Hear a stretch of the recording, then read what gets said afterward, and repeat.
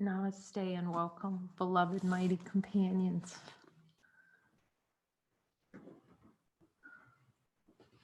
Welcome to the one goal worth having, Jesus, to hear that voice.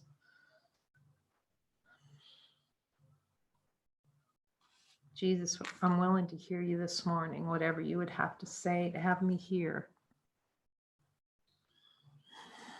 And look at any areas where I don't want to hear you. He just says, just know that you're loved. Just know that you're loved. See, because if we let fear play, we won't go back to him.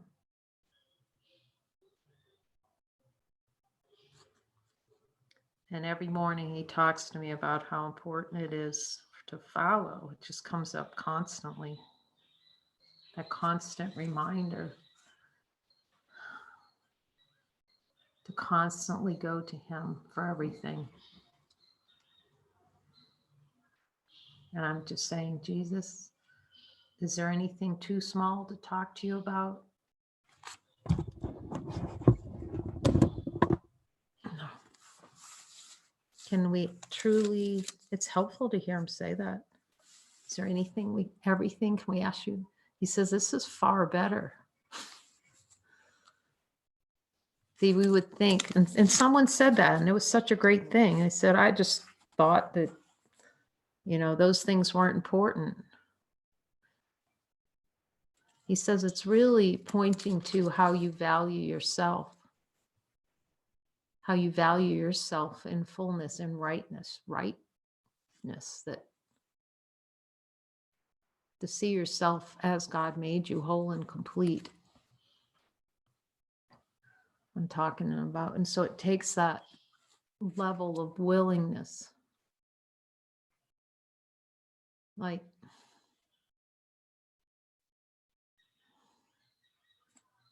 and it was just reminded, we pray on a lot of things, and you would think that's a small thing for, like Renee came over yesterday and said, can I get gum? Now, let me tell you, I don't know if I can tell you how much freedom comes from that. Just not because the pride would fight over something like that. But when I remember I went shopping with, because I was gardener, such an avid gardener, like flowers. It was definitely a flower addiction. Like anything that bloomed, like there was never enough color. I wanted big color and this sort of thing. So I had volunteered at La Casa. And one of the things they were having me do was the spirit knew the attraction to those plants. And one of the things the spirit was having me do, I could feel the love in it, and just being willing, first of all, to go back to La Casa and start planting plants. Well, I was sent to a store to buy seeds. And it would have been so, the I know would never have joined on a packet of seeds. But I could feel the happiness, because being assisted, it was a symbol of being assisted on everything, the most simplest thing. Yet to see that there was no charge on that, which seeds were, there's so many things like that. Seeds, just an example of, I know better. And you get into this big kerfuffle and a fight and argument with ourselves over what's the better seed packet. And that can seem really simple. Or do I buy a stick of gum?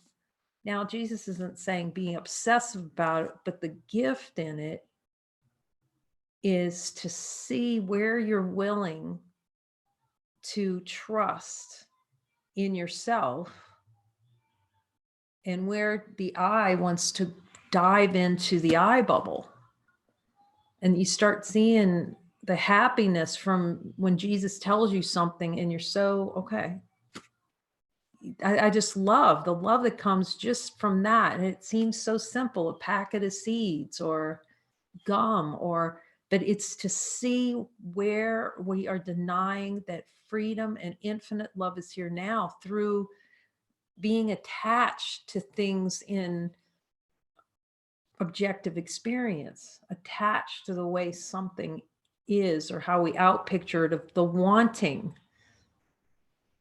how we feel that just even a seed packet or a packet of gum would deny that love's here right now. It can seem like a small thing, but the miscreation that's like the tip of the iceberg to see that we're holding ourselves hostage over like a pack of gum, or, because it's all this, we call it anchoring, when an anchor is when it's a conditioned response. It's like a little trigger and you're bolted to that idea. It's like bolting ourselves into the miscreation, the desire to try to project it outside and keep the miscreation, and just to be so free. That's actually spiritual maturity. I'm asking Jesus about that. Yeah. So that's the only reason why, like, living miracles are here. It seems like there's a lead and follower, to see that there's no one leading and no one following, just like Jesus was talking about last night, the teacher student. To flip it. See, the leadership is acceptance of divinity, the only leadership there is. There's no one out there to lead. For a time, it seems like Jesus is leading. Well, it's like, I don't want Jesus to make all my decisions for me. Well, that means we want to decide, the I wants to decide to be what it's not. We're making a decision to be what we're not.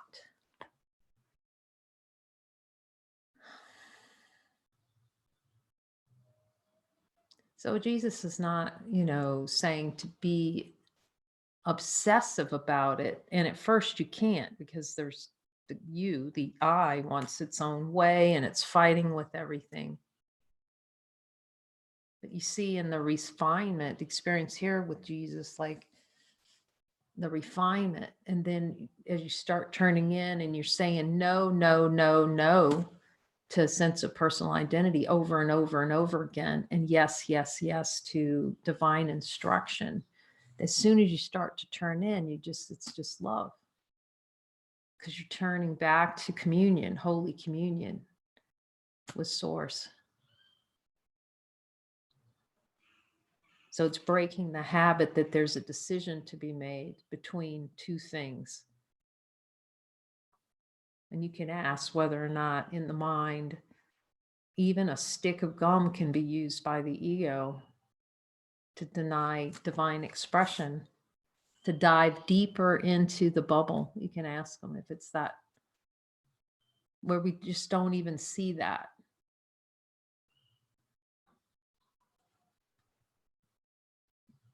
If that's, I have talked about this, it's my lesson these days, and really not knowing what divine expression looks like.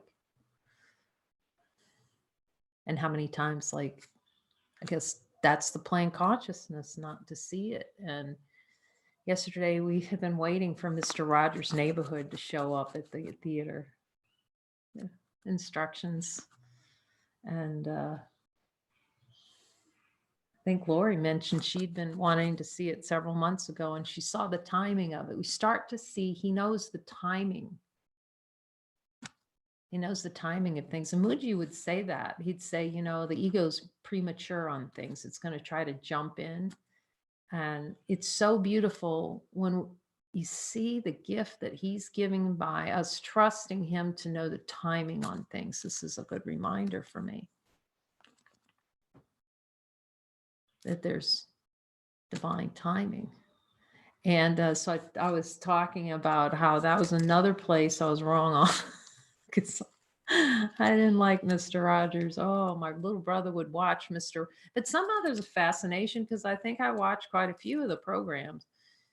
but I could just feel the tension that would come when that little puppet, those little puppets would come, and that little pretend land, would come up, and I'm like, oh. And to see the extraordinary reflection of Fred Rogers, to be so true to the heart of the matter, the heart being to look directly and to be present for every being that came across his path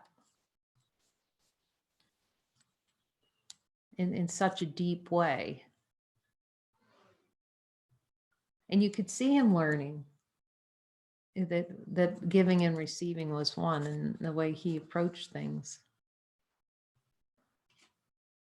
So it was like, oh, I just was charmed so deeply beyond the charm of going to that movie. Like, I heard it would be really good.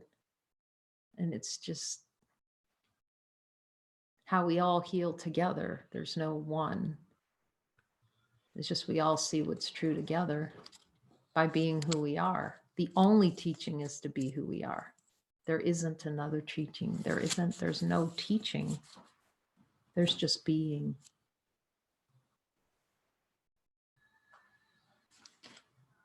Lesson 61.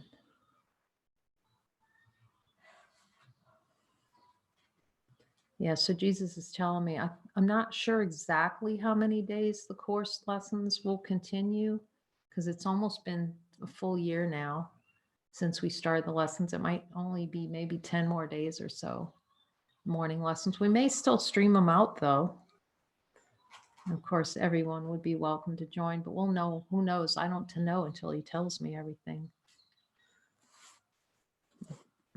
I just follow. I am the light of the world. Who is the light of the world except God's Son? Jesus, in the light of divine being and honesty of God, is it possible to be anything other than the light of the world? Do I like to pretend like I'm something other than the light of the world?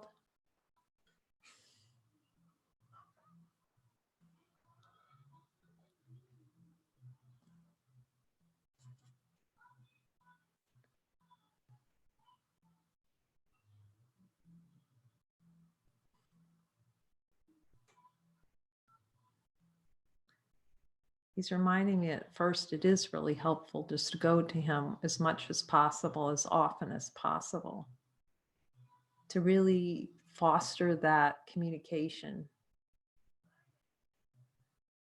The deep listening and reflection on infinite light of the circles, and hearing his voice to hear where we're saying no to infinite love.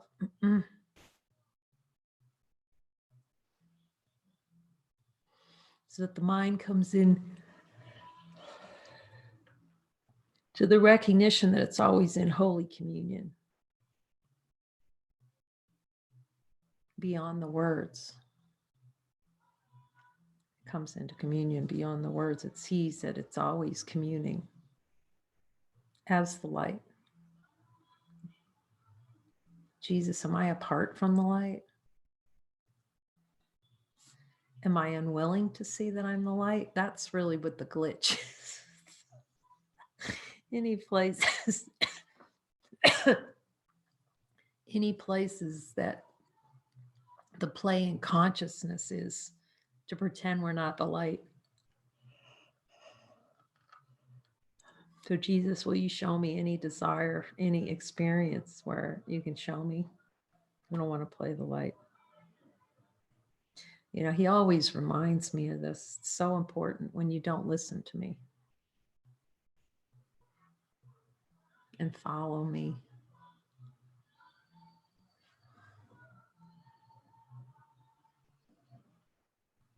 Okay, Jesus.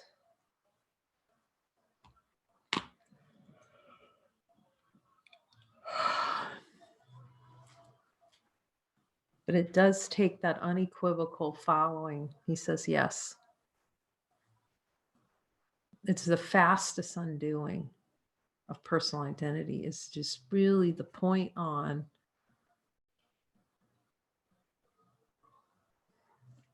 listening and following.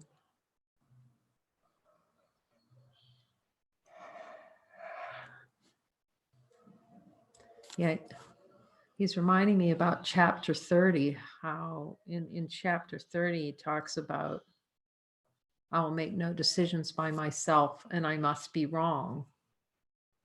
And then when we're told something by spirit, I'm saying, Jesus, this is one of the hardest parts. He said, yes, for a sense of personal identity, the hardest part is when you are told something by him, when he guides you to do something, to not judge it. And you can just see that play so often when he's given you something that the ego judges as a big assignment.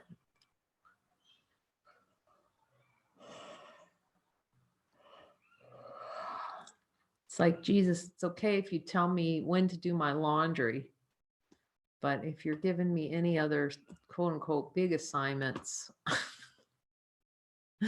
see, the ego wants to be selective. Its functioning in consciousness is selection, to keep us selecting for the dream bubble, the middle of the dream bubble.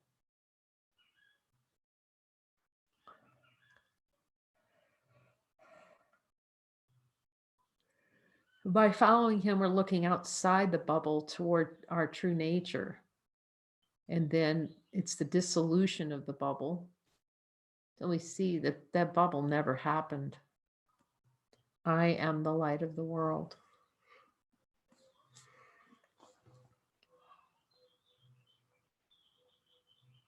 This, then, is merely a statement of the truth about yourself.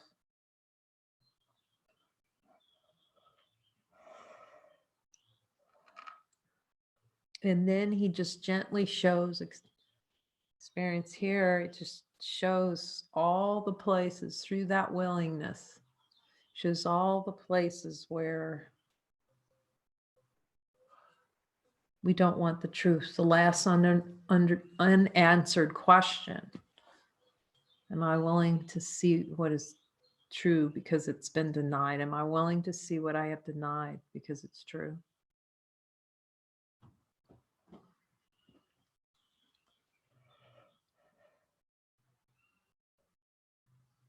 And to go so deep with him in the looking to see that it is denied. It is a decision to deny what's already here.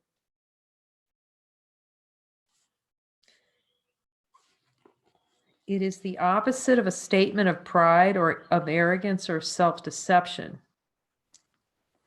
That's really what the honesty of God is, so direct about breaking self-deception. It just breaks that self-deception habit because it goes right to seeing that we're light, to the truth first, that we have the power to look toward the truth first, look toward the light within.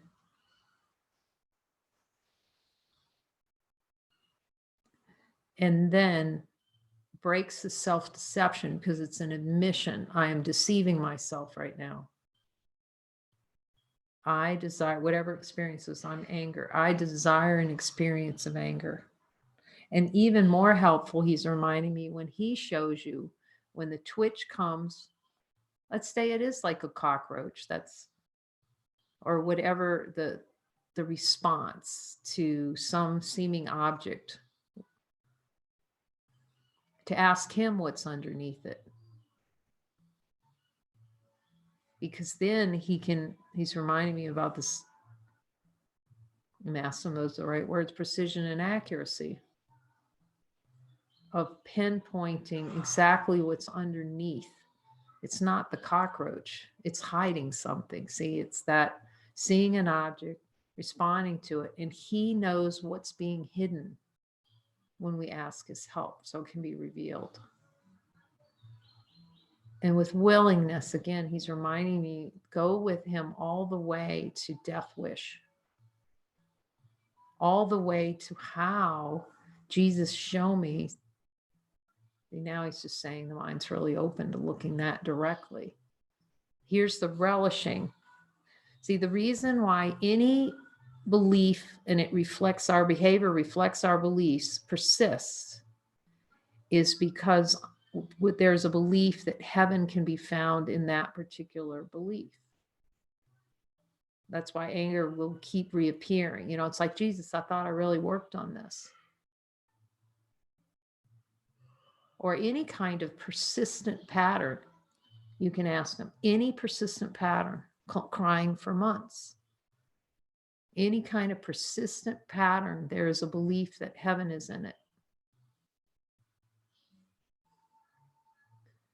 But it's the confusion between heaven and hell, that this pattern of crying, you can, or anything that appears in consciousness, pain, there's the belief that it's the path to heaven, when it's really the path to hell. But since those two things are flipped, so in the looking with him at the desires, you know, it's like, oh, I'm having to wash them out, or this one looks similar. Well, there are couple elements of that. One, it keeps cropping up because of the death wish under it, which is, I think there's heaven. So you can ask him, will you, I am willing to take this all the way, if you'll take me, Jesus, all the way to see where the miscreation of heaven is. The miscreation of an idea of what heaven is. See, it's not really heaven. It's the denial of heaven. It's where am I choosing this to dive more deeply into perception, into objective experience? Thinking that going inward to the perception, to the projection, almost have to, yeah, he said you could put it that way. You know, in the middle of that little core bubble where you have perception, you could put projection after that. Tries to project it out. It's part of the perception, it's part of the projection.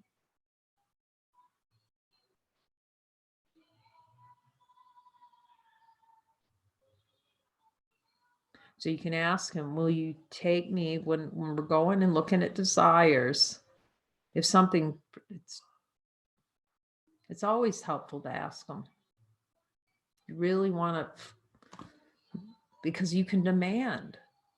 Like he says, I'm looking for that in the text where I read that about the being will demand its freedom, because we have the power to do so, because we made the miscreation.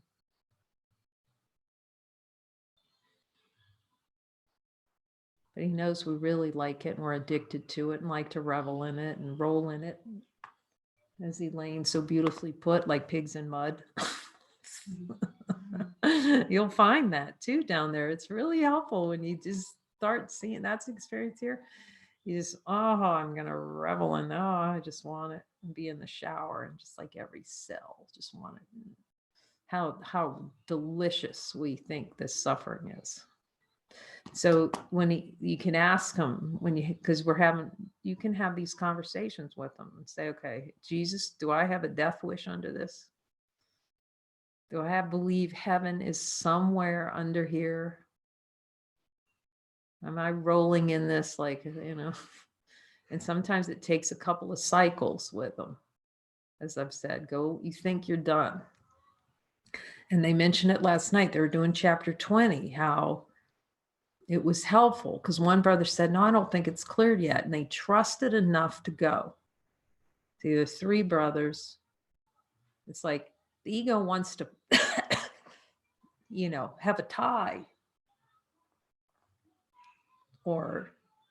But they trusted enough to go to the next level with Jesus. Like I said, even if I'm thinking, yeah, I think I've cleared that one. But I'll go anyway and look.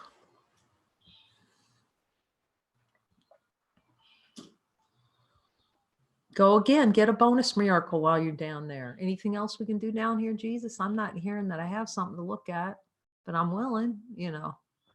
That's willingness. Not going, well, I already worked on page 3 of chapter 20, and so I'm done. See, the voice that's saying that is the one that's denying something. And you just go until he says you're done. But you'll know it because you just like this love comes, so much love. all that is. It is the opposite of a statement of pride, of arrogance, of self-deception. He said, it's the only truth. I am the light of the world.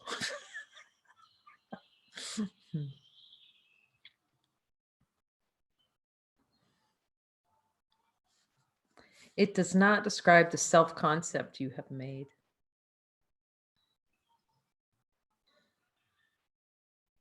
It does not refer to any of the characteristics with which you have endowed your idols. It refers to you as you were created by God, light. Jesus, was I created as light? Let that bloom.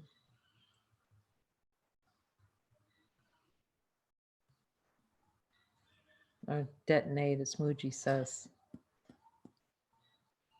See, that's the whole ego's gig, not to let these realizations detonate.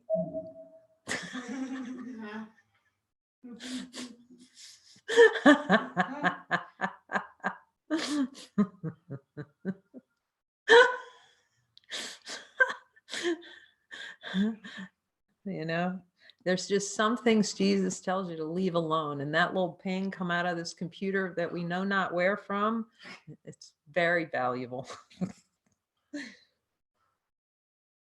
It simply states the truth. To the ego, today's idea is the epitome of self-glorification. Let's just see the simplicity. I am the light of the world. Is that simple, Jesus? He says it's all simple. Say yes to who you are. Okay, Jesus. Try that on for a day, saying we're accepting who we are, just exactly as we are, infinite. See then the light of divine being, look in there. Let's just do the light test. Go swimming in the light for a change, because we've been swimming in hell so long. Just see if that's a little more restful. Okay, Jesus, we'll go swimming in light. To the ego, today's idea is the epitome of self-glorification. But the ego does not understand humility, mistaking it for self-debasement. Oh, that's so good. Let's look at that.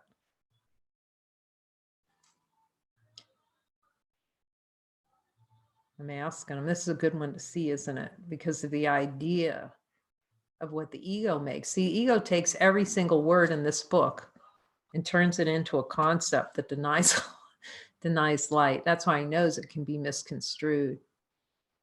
But if you look as the light at each word, as infinite light of being, how does infinity see this as it looks down?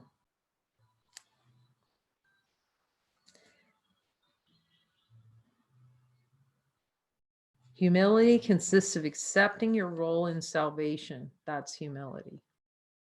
That's beautiful. That's a whole different type of idea. You know, you can see how there is a play of what humility is. Jesus, do I have a desire for an experience of self-debasement and call that humility?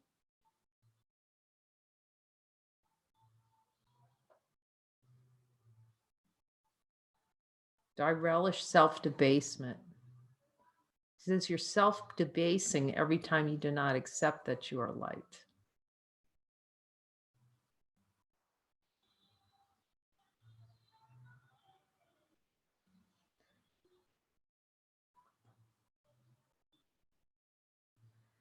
This is so powerful. Humility, he says it's humility to say, I'm the light of the world. That's true humility. It's as soon as it's denied, the desire to deny it is the arrogance. Humility consists of accepting your role in salvation and in taking no other. Idols are others, othernesses. They're self-debasing. Idols are self-debasement. Humility, true humility carries the power of God. It's honesty of God.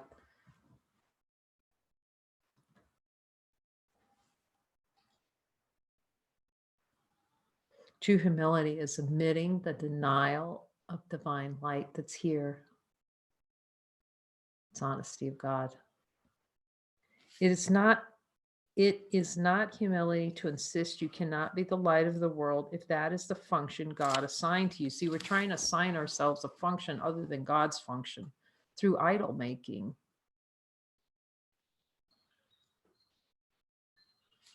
But that's really the crux of seeing, the insistence on not being the light. It's so helpful.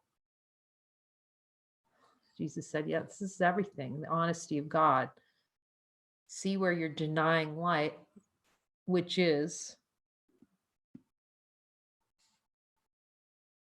insisting we're not the light of the world. Can you see that the play in consciousness is to insist that we're not the light of the world? Try to convince God that we're not light. It is only arrogance that would assert this function cannot be for you, and arrogance is always of the ego. We have to even learn what arrogance is. I'm seeing that.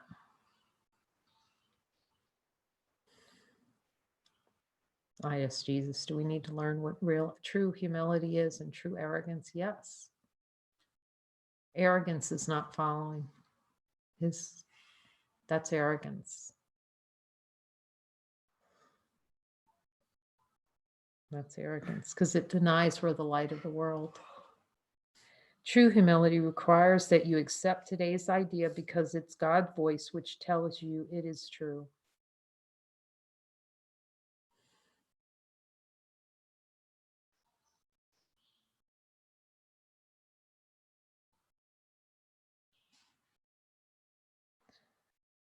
So let's just hear it. True humility. I like that. True humility. Humility of God. Honesty of God is humility of God.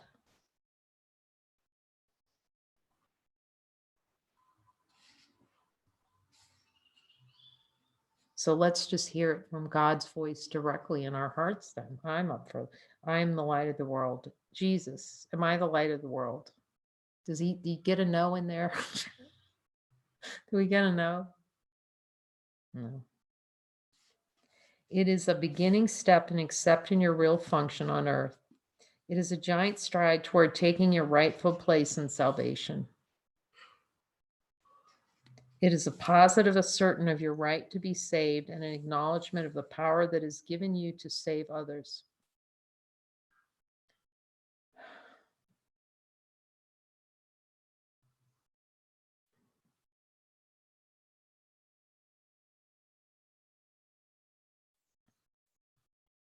It's just a helpful function because eventually, just like Jesus, eventually you see that there's no other to save. But because we are then the play of consciousness is acclimated to others, it can be helpful. He's giving us a role other than the hero of the dream. Our function is true salvation. An acknowledgement.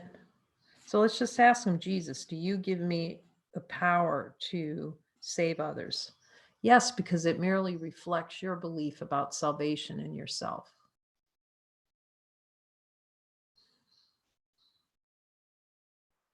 I said, without being anyone else to save. He said, yes, in truth. It's just merely a reflection of your acceptance of salvation within, the light within.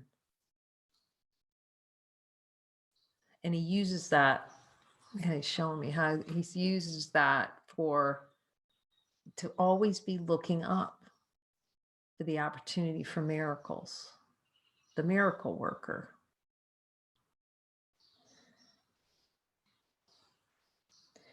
You will want to think about this idea as often as possible today. It is a perfect answer to all illusions and therefore to all temptation.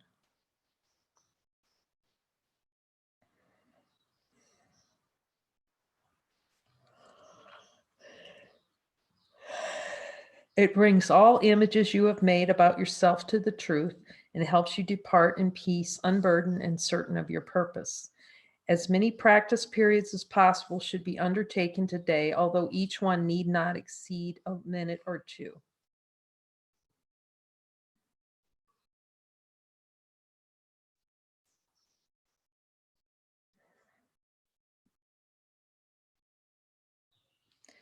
A minute or two. They should begin with telling yourself, I am the light of the world. This is my only function. This is why I am here. This is the true helpfulness, is to see that we're the light of the world. Thank you, Jesus, for this reminder. Then think about these statements for a short while, preferably with your eyes closed if the situation permits. Let a few related thoughts come to you and repeat the idea to yourself if your mind wanders away from the central thought. Be sure both to begin and end the day with a practice period. Thus, you will awaken with an acknowledgement of the truth about yourself, reinforce it throughout the day, and turn to sleep as you reaffirm your function and your only purpose here.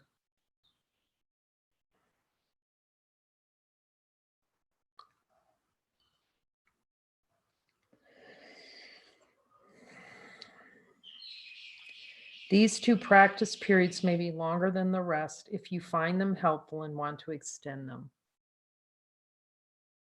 Today's idea goes far beyond the ego's petty views of what you are and what your purpose is.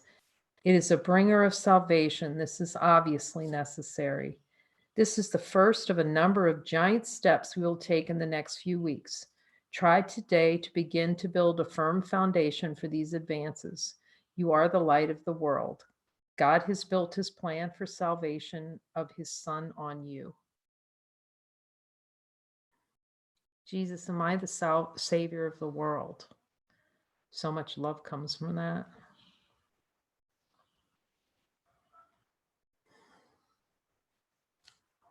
I am the light of the world.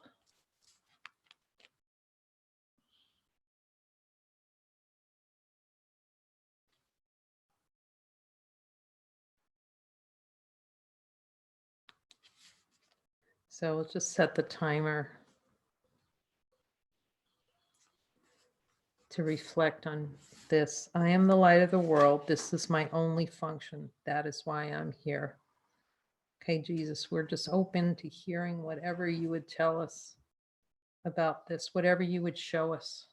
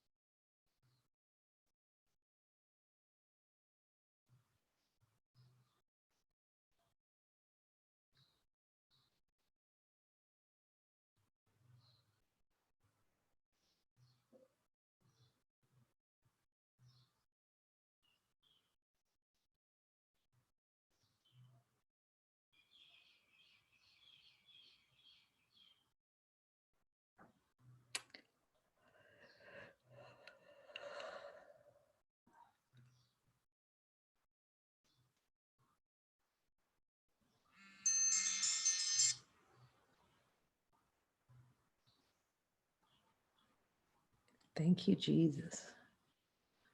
Thank you so much for joining us this morning. I'm going to ask Lori if she'll help sing out from her heart into ours to celebrate the light that we are, being the light of the world.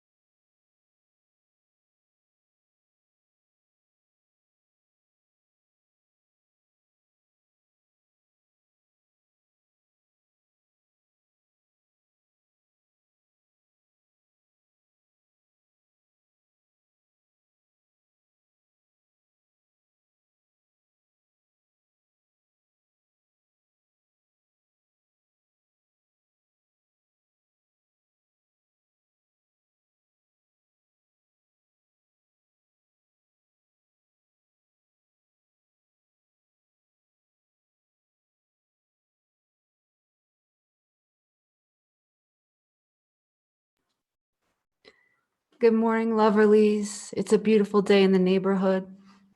Thank you for your presence. This is called Sunshine, Beloved. Lighten up.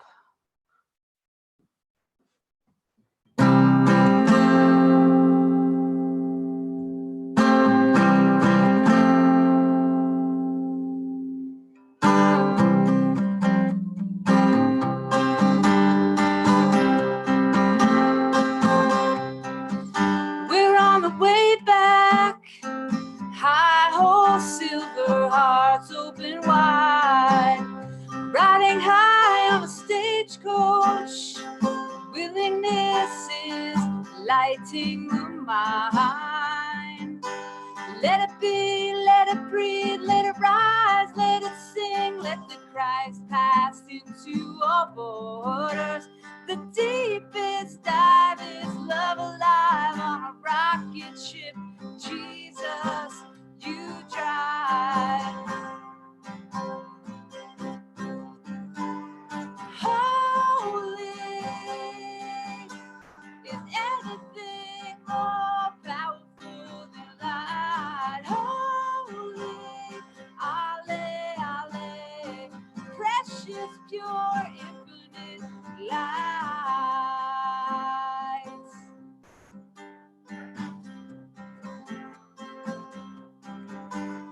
Sunshine, beloved, hurry to me, huddle in, cuddle up, sweet turtle doves. Look together at the shadows, the hidings of paper tigers, the seas to deny meant your rhythm, your timing. Jesus, are you driving? Holy, is anything more powerful than light? Holy, Ale, Ale, precious, pure, infinite light.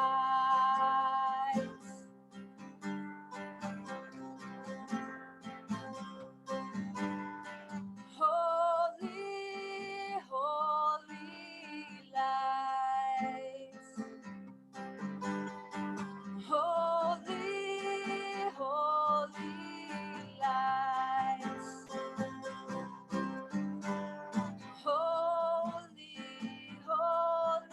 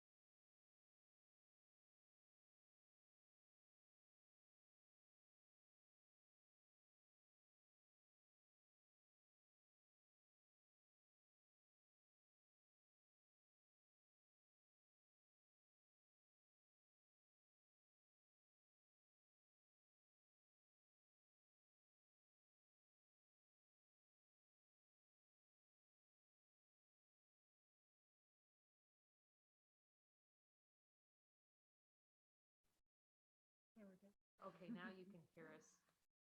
All joy. We're the light of the world. Amen.